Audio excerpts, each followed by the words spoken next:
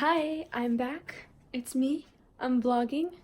And back there, Mount Fuji.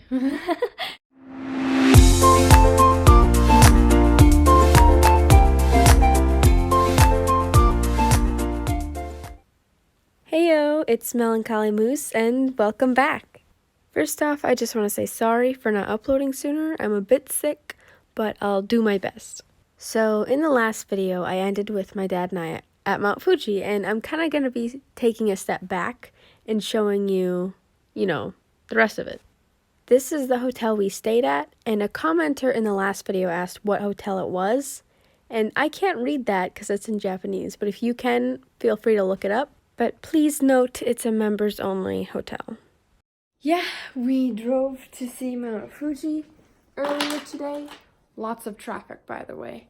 And now we're staying at a hotel, and every single hotel room that they rent out faces the mountain. So it's pretty cool. They gave us these robes, these things to go over our robes, and they made beds on the floor because we wanted the traditional room. The other rooms just have beds that are there all the time, but they come in and they make these.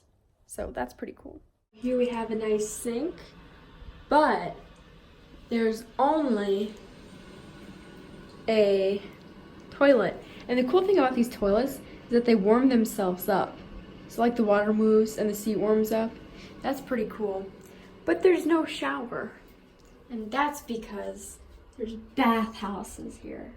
So what a bathhouse is where you get naked in a room full of people of your same gender. Then you go to little wash stations, wash up, sit in a sauna, then wash again, then leave. So you're naked in front of a bunch of people. And yeah, I did that. I did that today. Yeah.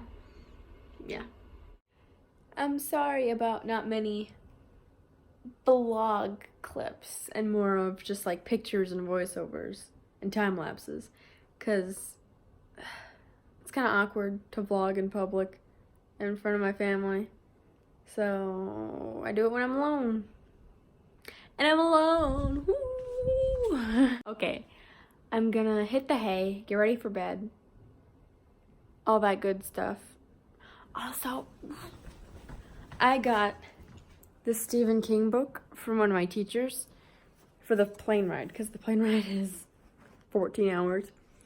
It's this by Stephen King. So good. It's like 4 stories mixed together. I just finished Rage, which is the first one, and it's about like a school shooting. But it's pretty good. I liked it. I would recommend. Okay, good night. That's something I noticed about myself after I came back. All the time I would do that cute little kawaii peace sign, and I'm still doing it. It's been a few weeks since I've been there. Anyways, this is our ride home. We stopped to get pictures of Mount Fuji as like a last farewell, and we stopped at these waterfalls. These falls are actually called the Onando Falls, and they're really wonderful.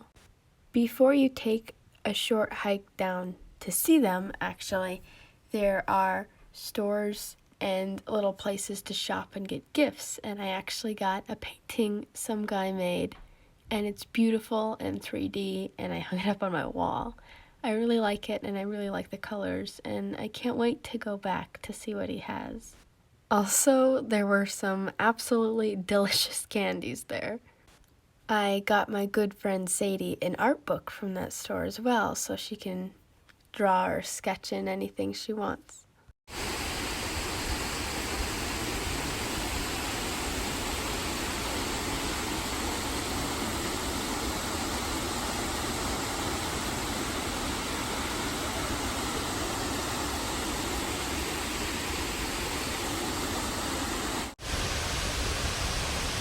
This is such a lovely place. There's too many waterfalls to count, but they're all so beautiful. Next, we went to see some of the lakes in Japan. It was really fun stopping at all these places to get pictures and see Mount Fuji, and I even tried to hold it up. I'm sorry about that. I didn't get it quite aligned, did I? Regardless, I had a wonderful time viewing Mount Fuji from both sides available, and I even went to this famous spot to get a few pictures. Now, hopefully you'll recognize this because basically it's the staple of Japan. This red, actually fake temple in front of Mount Fuji with cherry blossom trees. It's everywhere, from postcards to magnets. This is another famous thing. Downtown Tokyo. We just got back. Oh, I look disgusting. We just got back from looking at Yokota Air Base and where my dad was stationed when he was here. But now we're parked at a 7-Eleven and we're gonna drive to Tokyo because it's getting darker and we're gonna see all the lights. I think it's gonna be really cool. I'm really tired. That unplugged my ears. You don't know how heavenly that just felt. Ah, yes. Downtown Tokyo at night. At first, it seemed like it would be fun, right? Because all the lights and all the commotion, all the hustle and bustle and pretty things going on. And while all of that is true, it was also extremely slow. By slow, I mean traffic. It might not seem that way from this video clip, but that's because I sped it up. It was enjoyable and pretty and nice and wonderful to see, but I did end up falling asleep. These next few pictures are from the next morning when my dad and I decided to get up early despite being tired from the week's travels. We followed my dad's very precious itinerary, so we were busy all the time, always doing something, but always making great memories. Speaking of great memories, we went to the Light Museum. I posted a bunch of pictures from here on my Instagram, and I think in previous videos I have linked to it, but I'll probably link to it again in this one. This was so much fun. The lights were amazing. The atmospheric noises were really cool too. It was odd and it was busy because it was spring break, but it was really, really fun. I'm glad we decided to stop there and see it. My dad and I got a lot of funny photos in this place and we really had a good time. These balloons change colors constantly, so if you try to get a picture a few seconds apart, it would be an entire different color palette.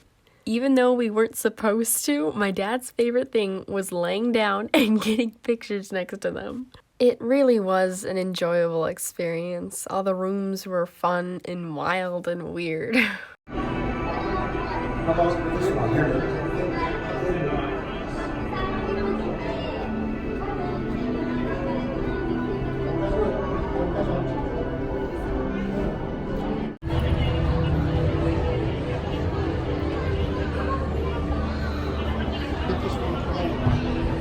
Okay.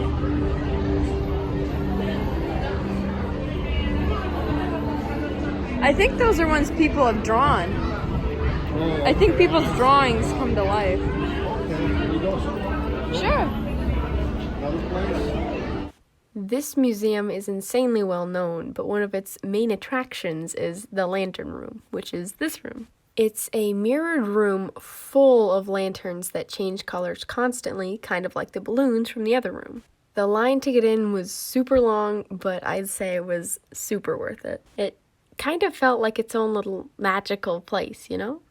Anywho, this is the Richmond Hotel, the one we stayed at downtown Narita. My dad made me get tons of pictures, so this is what the lobby looks like. That's the front desk. And this is down the street a ways. We went there a bit too early to see the cherry blossoms in full bloom due to the weird weather we were having. It was still amazing to see them though, and I'd say it was even prettier to see them only half in bloom, actually. The next day was sadly our last. We took it slow, saw a few attractions here and there, visited a few temples, and we had to say goodbye, unfortunately. I will never in a million years forget the things I saw and learned and experienced in Japan. From Buddhist ceremonies to trying wasabi, I will never, ever, ever take for granted what I experienced. So to all those living in Japan, or anywhere else for that matter, Thank you for watching. Thank you for following in on my journey, and have a great day.